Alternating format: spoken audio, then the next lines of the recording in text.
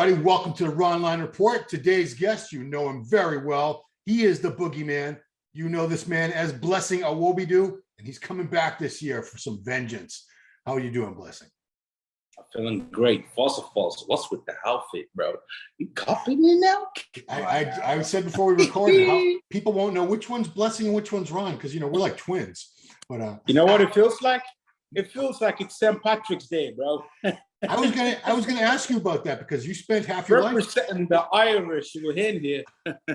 You spent people don't know, but I'm Black Irish. Well, you were there for African Irish. Nigeria, but you moved to Ireland at what? 12 years old? 13? Yeah, I was 9 when I moved to Ireland. 9. Okay, so you were there a while. I got some Irish blood in me. Well, let me ask you this because I've often wondered because I'm in Boston. And Boston has a very, very strong Irish American population. St. Patrick's Day is a big deal here. Is it a big deal in Ireland, or is that more of an American? St. Patrick is huge in Ireland. It's crazy.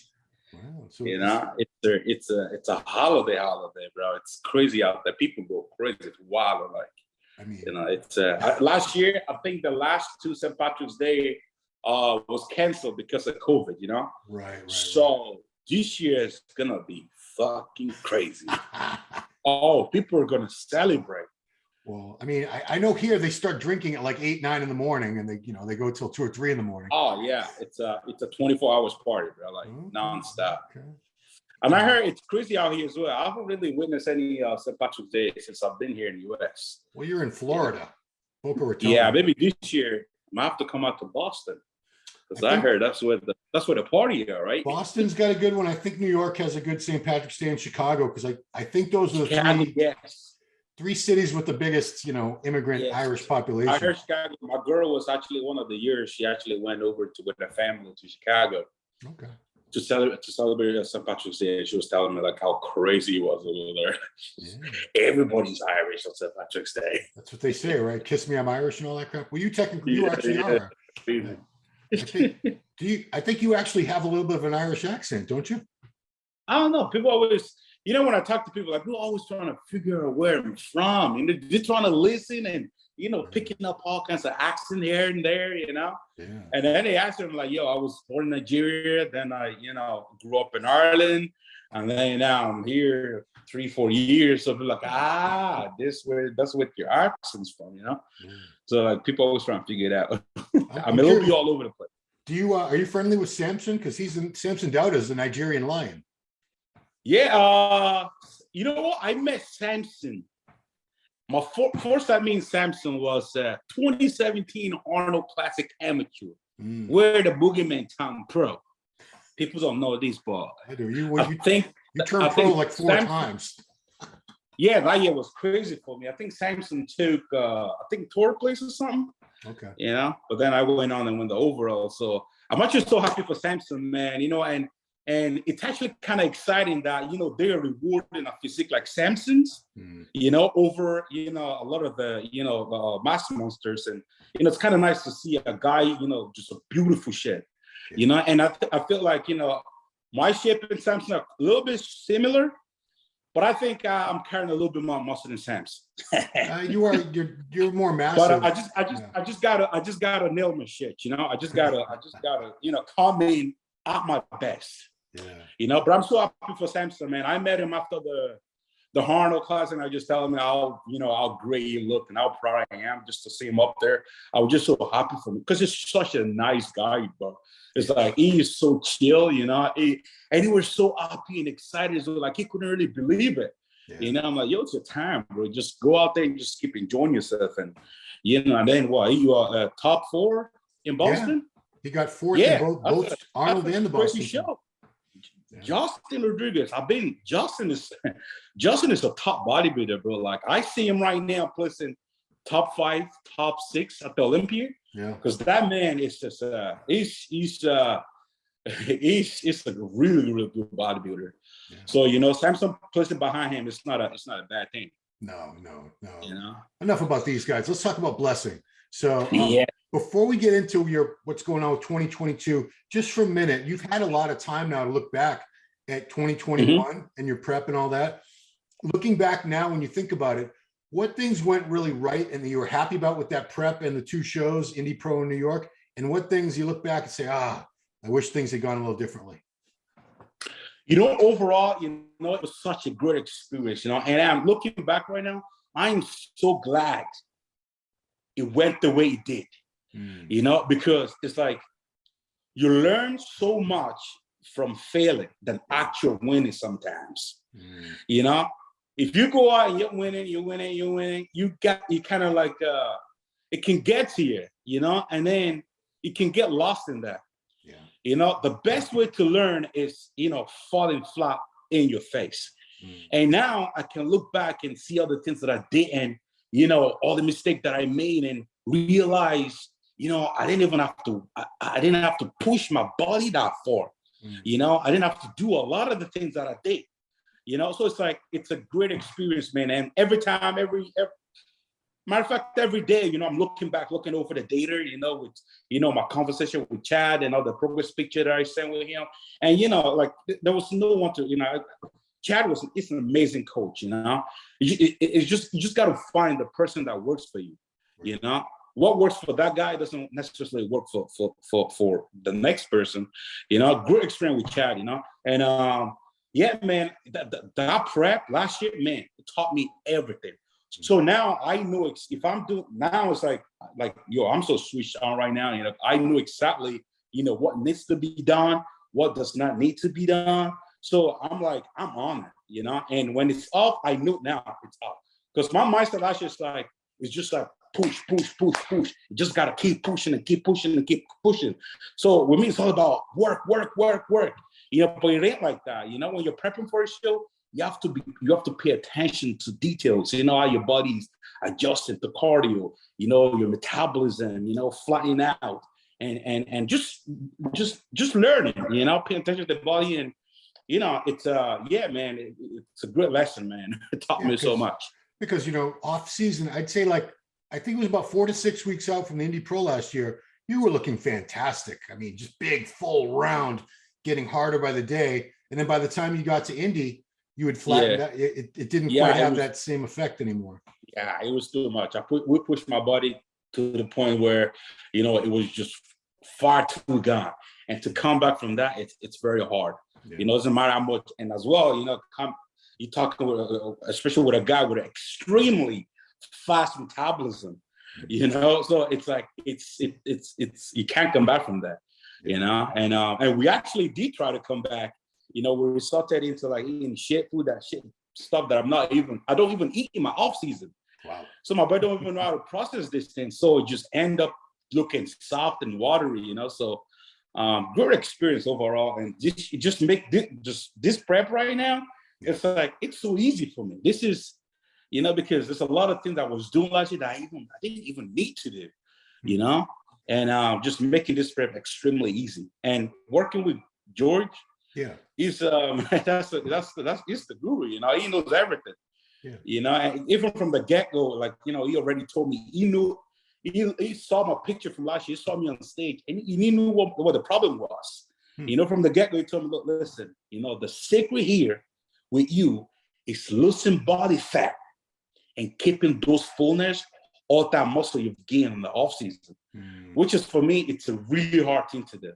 If I push a little too hard, it's gone. Because naturally, I'm a skinny guy. My body wants to be skinny. So I'm extremely sensitive to dieting and cardio. The minute I start dieting, everything just starts to go down, fat and muscle, if I am not being careful. Let's go back a bit. How did you end up working with George Farah? So I did the off season with Abdullah. Oh, okay. Again, great experience, man. Abdullah was good, and I make tremendous, progress in that off season. And I stay relatively lean. I got up to like 303. Pretty lean. I was lean. I was pretty lean. It was great. And then it comes, about to start the prep. And then I was back in Ireland for Christmas. And, things just went, the conversation just went. I feel like Abdullah it was very busy, because we were supposed to meet in I was supposed to go to Kuwait, Okay. you know, but, you know, Abdullah been busy and not enough information. And I booked my flight to Kuwait, knowing that, well, I didn't know, knowing that the travel restriction is still in Kuwait. Kuwait not letting nobody unless you're resident. So I discovered that, and I was supposed to meet Abdullah in Dubai because I was going to go from Ireland to Dubai and then Dubai, Kuwait. But then when I discovered that, you know, it's impossible to get into Kuwait right now. So I'm just going to go to Dubai, you know, middle with Abdullah, you know, because I want him to see me, you know, like, I'm like, yo, it's like, you know, when you've had bad experience, you know, it's like you have PTSD, you know, you don't want that. You don't want to repeat, you know, that mistake. It's like, oh, there was no way I was laying what happened last year. You know, great that it happened. You know, that's awesome. But we cannot repeat the same shit again. You know, and that was my goal. And when I got to Dubai, I just feel like Abdullah I feel like he was so busy, you know, and there was no way he was going to see me before I start my prep. And I'm like, I don't, you know, this is, you know, I cannot play with this prep. Right. This is important to me, man. If I want to work with somebody, I want to work with somebody who really cared. And, you know, I cannot, because I know how much I believe in myself. And I know how much damage I can do on that stage, me being at my best. And I wasn't going to let anybody to mess it up. So, you know, communication wasn't great, and I feel like he was so busy, and he was traveling as well with all the athletes. And I'm like, bro, I don't think I can go on with prep like this. And it was, you know, on both we left. You know, it was cool, and I was cool with it. Yeah. And the guy that was waiting in Kuwait, I was looking after in Dubai, looking after my meal. It happens that guy was actually been working with George for like over 5 years. And you know, Kai, just the same guy with train Kai as well, and a bunch of other great guys. And this guy just started telling me about it. He's like, you ever thought about, I'm like, whoa, shit, this is no brainer, you know, being here with Kai. And, you know, there's another guy who's always been working with George for over 5 years, and it was telling me how good this man is. And I met George one time, I think at the Olympia 2020, I can't remember. Yeah. And he just had great things to say about me, you know, and we quick conversation, but all he had to say about me was all positive. I'm like, you know what? I'm going to reach out to him. So this guy had me reach out to George. ASAP, he called me, and it was like, yo, you know what? I've been waiting for this for so long. You know what? It's time for you to take things to the next level. And boom, we just started. Wow. Yeah. So I know Chad has a lot of people, especially bigger guys, do a lot of cardio. George does not have people do as much cardio. This is just generally speaking. You know, everyone's an individual, but I'm wondering if that was the case. Is he having you doing less cardio than you did in your prep last year? Oh, definitely less cardio, and we stayed away from Stairmaster, man. And another thing last year, what killed me was, the Stairmaster. That shit did not help my legs at all. You know, I haven't been blessed with the crazy legs, you know. And the bit that I got with that Stairmaster, 45 minutes on there, that was my leg just weren't recovered, you know. Like as I said, we got to a point where my metabolism was just so fast. So I was just flying out, especially my legs, you know, everything was just, and trying to come back from there, we just weren't able to get that fullness back, especially the lower part of the body. So I'm staying away from no Stairmaster, cardio is like, 35 minutes on the treadmill, just walk, it's nothing crazy. Yeah. It's funny when you tell people you have fast metabolism, you're naturally skinny. A lot of people will not believe you. They'll say, get out, look at the size of you. That's ridiculous. But I've seen it. I think I've seen pictures of you from when you were younger. You were a skinny kid. You built a ton of muscle on top of a very small frame. Yeah. Yeah, that's what people don't realize. And people, like a lot of people out there, they don't think I take bodybuilding serious. Like, and I do laugh every time someone come out with that shit. Like, all he does is just make all the Instagram it's not serious and make all that. Because I decided to do something else other than just, because 24 hours in a day, bro. Like, how many times you spend in a gym and eating your meals? You have plenty of time there to create content. Because I also like to do all the things so people don't think I take bodybuilding seriously. So every time someone approaches me with that kind of attitude, I always laugh at them like, yo, you guys have zero idea, how I started. How skinny I was. For me to be able to pour on this amount of muscle mass, it's people have no idea that the work that I did put in, and Tony Pro, So it's like, and people will not respect, and people will not fucking take me serious until I deliver, and I have to. Of course, you gotta earn it. I will earn it, and I'm not bothered by it. This year, I will earn it. Yeah, so you've already announced your plans. You're coming back to Indy Pro, which was your debut last year. Are you going to do the same 2 shows? Because they're a week apart, Indy and New York? I mean, I think Indy shows like, I don't think there's any other show for me out there to do this year other than the Indy. It's just perfect for me to go back there and prove myself. So that's why I decided to go back to Indy, because it's a great show. What's that guy's name? The promoter, Dave Bowers. Dave, yeah, great guy as well. They were very good. They treated the athlete very, very nice. And yes, I definitely want to go back there, prove myself. And I would love to do New York Pro as well. Yeah, I mean, they're both great shows. Dave, I ran into Dave at the Arnold when I was walking around doing a live video, walking to the expo, and I told him right on camera live, I said, Blessing's coming back to your show, and he had no idea. You should have seen his eyes light up. He was very happy to hear that, because you're a great guy. Anybody would want you in their show, any promoter, because Yeah, man. People tuned in last year. I remember they had the live stream on, and it was with me. It was a week before New York Pro. You already know, with me and Nick going at each other's neck. Yeah. So everybody was tuning to see how I was doing Indy. So they had a great turnout, especially the live stream was it was a great turnout for them. So yeah, man, and that's what a promoter wants, and that's why I feel like athletes, we can do a lot more in terms of selling shows, and and like that, we generate more for the promoters, and from there, of course, they'll be able to take care of the athletes even better, because we're doing that work, Yeah. So that's the only way to grow the sport and to grow all these smaller shows. Now, you mentioned Nick Walker, and it's funny because the first quarter of 2021, that was like, that was the slow time of year. There's no contest going on, especially because we didn't have the Arnold last March. It was later in the year. So all people were talking about was Blessing and Nick going at each other. And it was very interesting. It was great entertainment. Yeah, it was a great narrative. But the funny thing is you guys have ended up becoming good friends and training partners. You're in each other's videos all the time. How did you guys end up becoming friendly and start training together like that? I mean, that's what sports all about, man. It's you're gonna get rivalry. Good, entertaining, rivalry, and it's nothing personal. It's for the fans.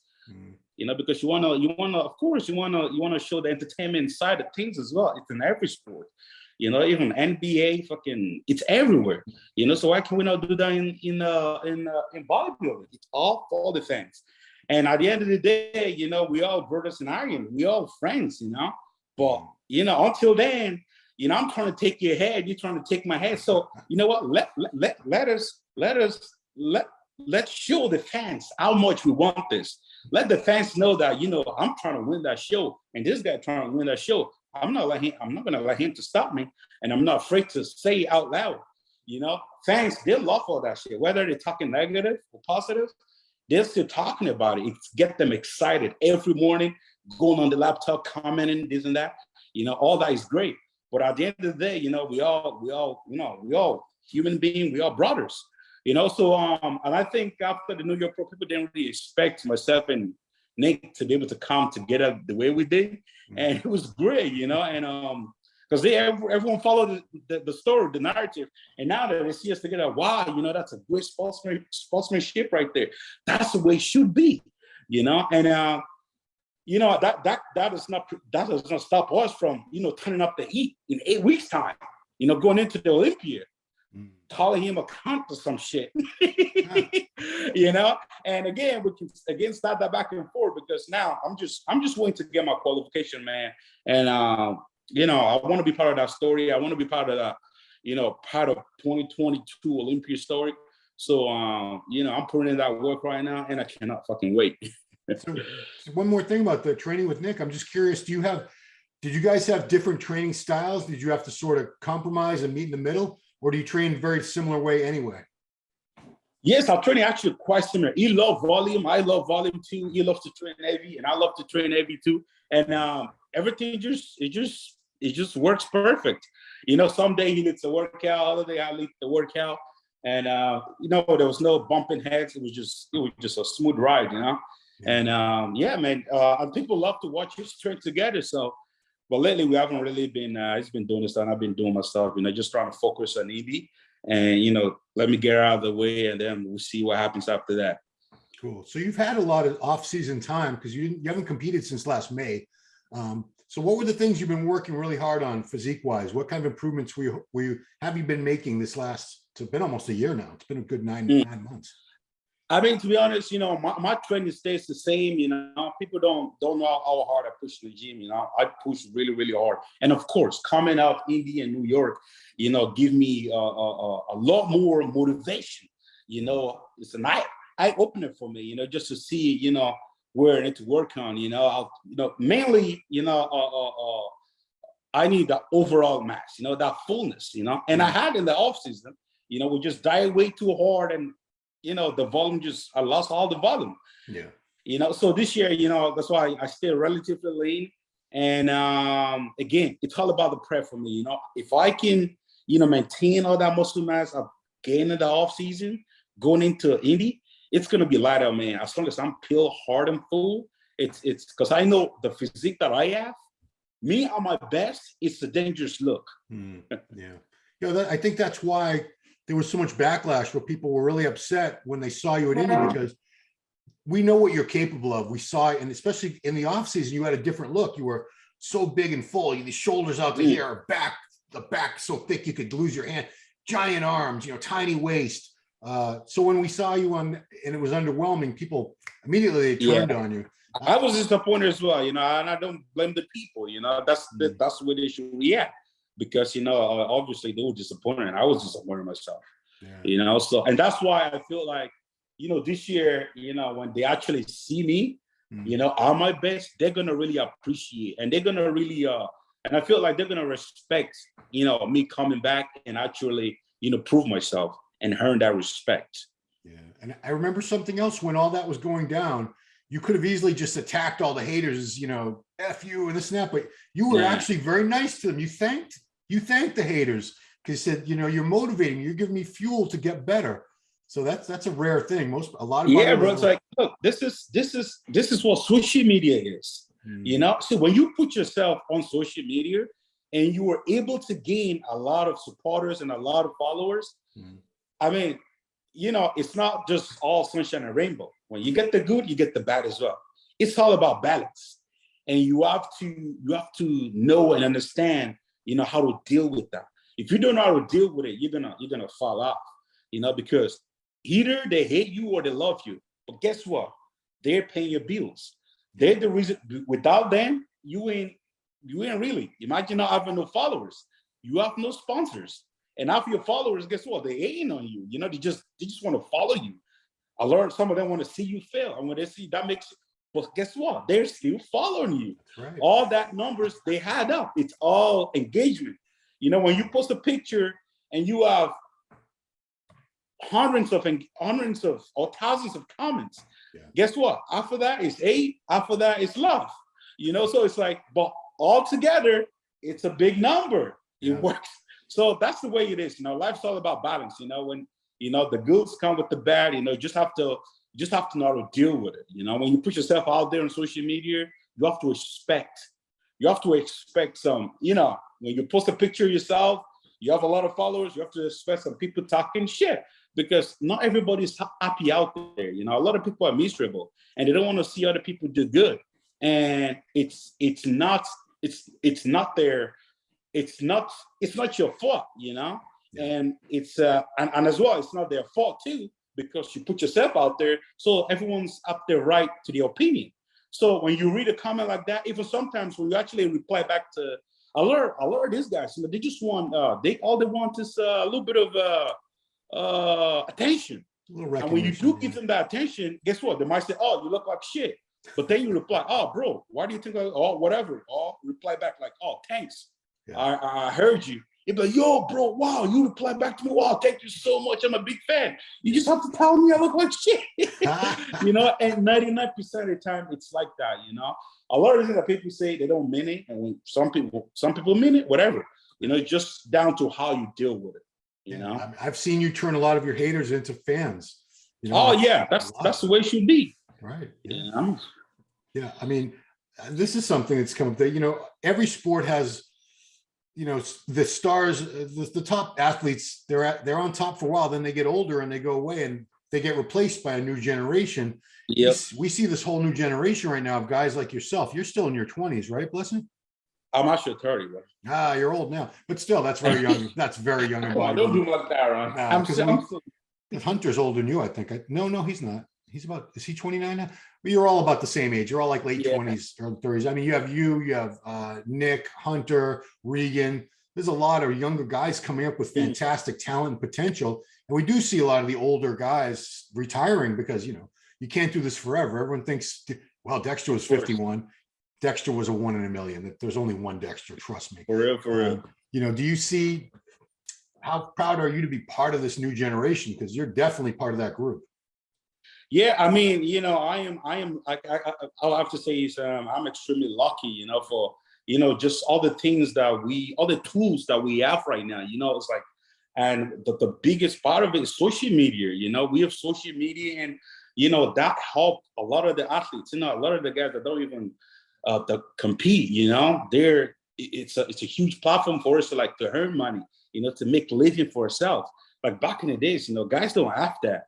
You know, so it's like it's absolutely a blessing to be, you know, coming up in this generation and, you know, being a pro bodybuilder right now. It's makes things a little bit easier, not easy, you know, a little easier. You know, the way they always say to people is like, you know, with social media, you know, it's like what you put in is what you get out. Yeah. You know, it's because it's like we have so many platforms. We have TikTok, we have YouTube, we have Instagram, we have so many, you know. If you're able to tap into all of this, you know, put a little bit of work there, a little bit of work, hint that one there, over there, you know, the more you do, the more you're gonna get out of it, you know. And I'm trying to tap in all of them, you know, and it's great, you know, to be coming up and be a pro bodybuilder because we have all this platform to be able to earn money, you know, to gain fans, supporters, which the things that older guys, generation, they don't have, right. You know, so it's absolutely a blessing, you know. Well, I mean, you yourself, you made a good point because in the old days, the only way these pro bodybuilders back in the day, they had to have contracts with supplement companies or they had to really hope somebody would give them money. There was no way for them really to make it happen themselves with publicity and everything. You were huge on YouTube and Instagram even before you did your comeback last year. You know, you had millions of followers. You showed a lot of these bodybuilders, you know, they're saying, wow, why is he so popular? It's not an accident. He's worked hard on his content. And I feel right, you know, because I feel like, you know, and I feel that's part of why, you know, I get a lot of hate because like people look at me like, oh, they don't understand how, he hasn't even won anything. You know, he turned pro in Europe. How is he so, you know, why is everybody talking about him? You know, why is it calling out Nick? Nick was like, you know, the young goat, you know, the upcoming goat. Before the BoogieMan stop him, I'll stop him watching. You know, so people look at all these things, you know, and they hate on it because, like, you know, why does he have that sponsor? Why is it that? You know, but that's the game. That's part of the game, you know, and I feel like, you know, once I start killing it, you know, once I start winning them shows and I, you know, heading into the Olympia, it's gonna be huge, you know, because right now I still don't have the mainstream hardcore bodybuilding fans yet. You know, until I start winning shows, then they're gonna really, really hate on me, you know, because they say when people ain't hating on you, you ain't doing shit. You know, so when they hate on you, that means you must be doing something right, you know. But another thing is there are people that don't even compete that are huge on YouTube and Instagram. They make a very good living, and you could easily have done that yourself. You didn't need to come back. You could have just kept that pro card and never done anything with it. Why was it important for you to compete and to try to level up and win these shows? Again, people don't really understand what this bodybuilding is my life, bro. It's like I'm just using social media, you know, to get myself out there, you know, to market myself, to build, you know, a brand for myself. Or for me, it's bodybuilding, man.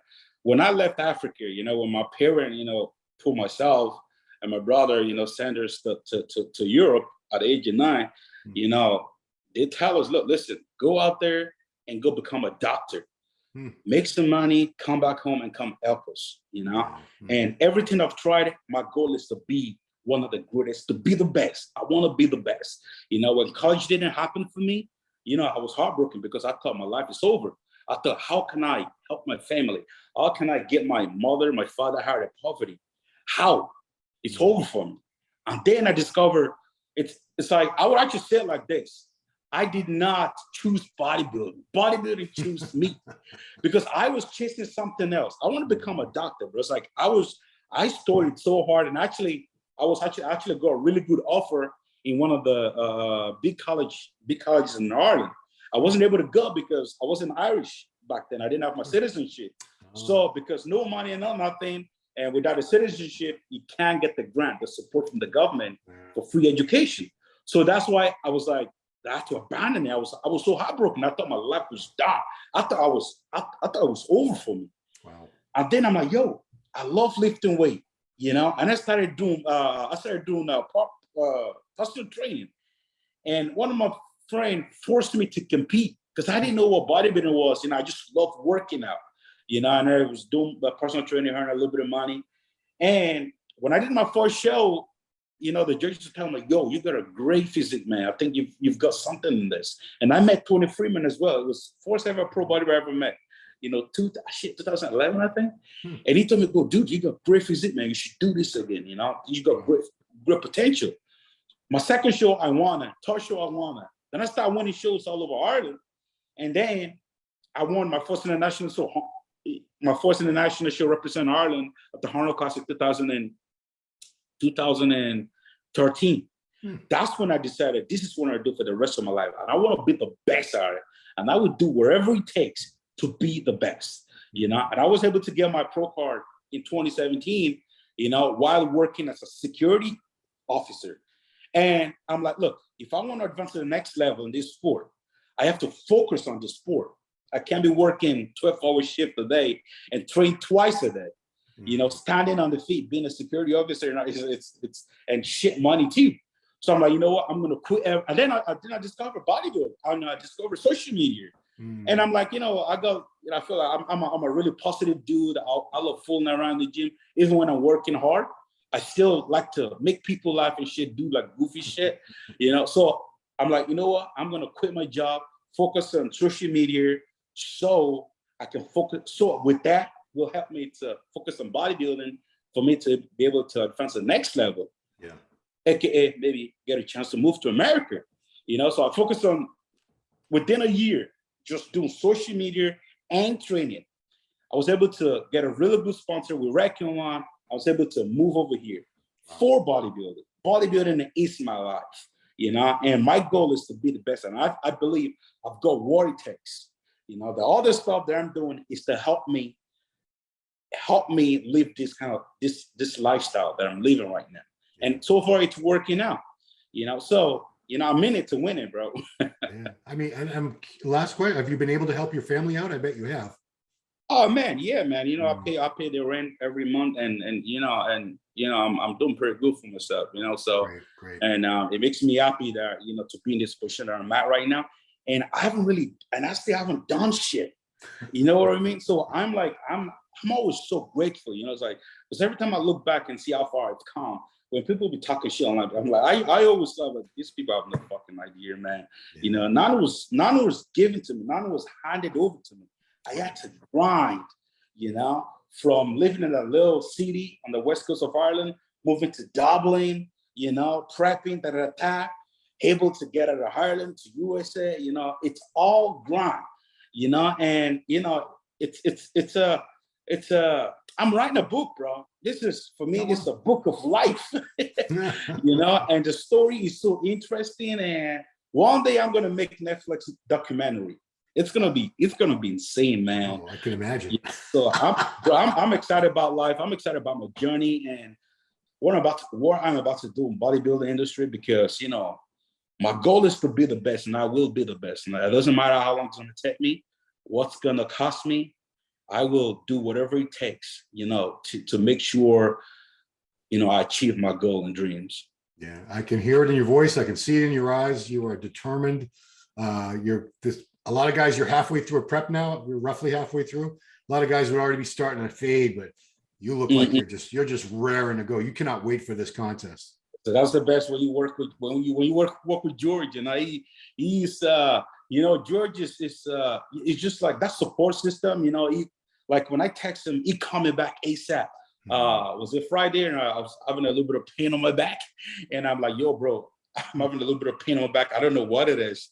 It's kind of scary, you know. And he called me ASAP. He goes, "How you feeling? Can you do this? Can you do that? Okay, you've got a compressed disc." I'm like, "Oh, you're right. I've got a compressed disc," because I thought it was something else, you know. So George is always there, dude, and he cares so much about you, and he cares about all his athletes. He cared about their health, because for me, man, health is everything. You know, longevity for me is just, and that's why it's taking me all this time to be where I'm at. Because, you know, I took 3 years off. People thought I was playing around. I was making videos. Nah, I'm pretty tall in bodybuilding. I was putting on, and most of it's not come easy for me. It takes time for me. So, you know, that 3 years, I was busting my ass, you know, to be able to, you know, achieve this mass that I've got on right now. So, yeah, man, George is, and working with him is like, you know, it feels like family, you know, it feels like your brother. You know, he calls me like, you know, I love you, brother, you know, and he gets me excited. I feel like he believes in me more than I believe in myself. And I don't think that's possible. You know, and it's like, the first is like, dude, I want you to just imagine yourself and be prepared in your speech after winning. You know, it's you're not there to win, you're there to make a statement, you know. So you know, George is absolutely, you know, he's the man, you know, and he knows what he's doing. And so far the prep is going amazing now. It's like, dude, I'm grateful to be working with that man. Cool. Well, I'm very much looking forward to it. See what you guys have in store, this collaboration between you and George. I know what you're capable of, because I could see all the potential. I see the muscle bellies, the shape, the structure, the mass. You know, when that all comes together at 100%, it's going to be very, very deadly. Very tough. Yeah, we'll make sure it comes together. Yeah, cool. Well, thank you, Blessing, for taking the time. Thank you. Appreciate it. Looking forward to seeing what you guys have in store for the Indian guys. I'm sure you're going to be at Indy Pro. Oh, right? Of course. I love that. He put on a great show. Last year was my first one.